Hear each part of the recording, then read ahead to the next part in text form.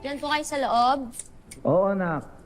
Si nanay po. Lumabas lang sandali. May pinadalang fruit basket si Nate eh.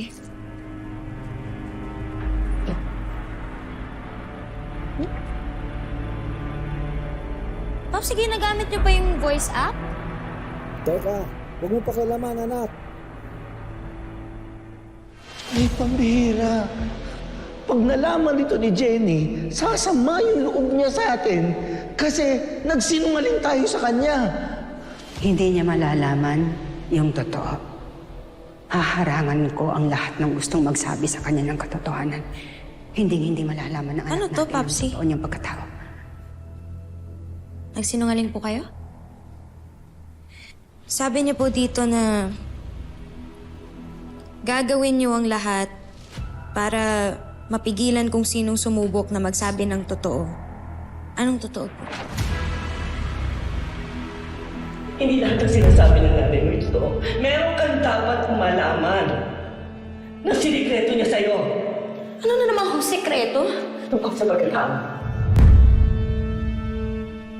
Sabi ni Ma'am Amelia, meron daw pong hindi sinasabi si nanay sa akin tungkol sa pagkatao ko. Sabi naman po dito, hindi ikaw. Hindi ano. Kung pagbabasehan ko po yung sinabi ni Ma'am Amelia, yung nakalagay dito, isa lang po ibig sabihin nun. Hindi niyo po ako tunay na anak. Anak. Anak, teka lang. Huwag mong anuhin niya, huwag mong intindihin yan. Siguro yung app na yan, kung ano-ano lang yung nasasagap sa pinag-uusapan namin ni Minchi habang kumakain kami kanina, hindi ko kasi hawak yung telepono. Hindi niyo naman nagalaw yung pagkain niyo, Papsi. Huwag na po kayong magsinungaling. Ano po yung totoo? Anak ka ni Minchi. Sa tingin mo ba, makikipag-away si Minchi sa kung sino-sino para protektahan ka kung hindi ka niya tunay na anak? Did you ever look at your face in the mirror and wonder, bakit hindi mo kamukha si Mary? Ha? Kayo po ba? Totoo niyo po ba akong anak? Mabihira naman, anak. Huwag ka naman nagtatanong ng ganyan. Pinaramdam ko ba sa'yo na hindi kita anak? Hindi po yun yung point ko, Papsi. Kasi hindi ko naman po talaga questionin yung pagmamahal na binigay niyo sa akin ni nanay. Kasi ang dami kong naririnig, itong nabasa ko po.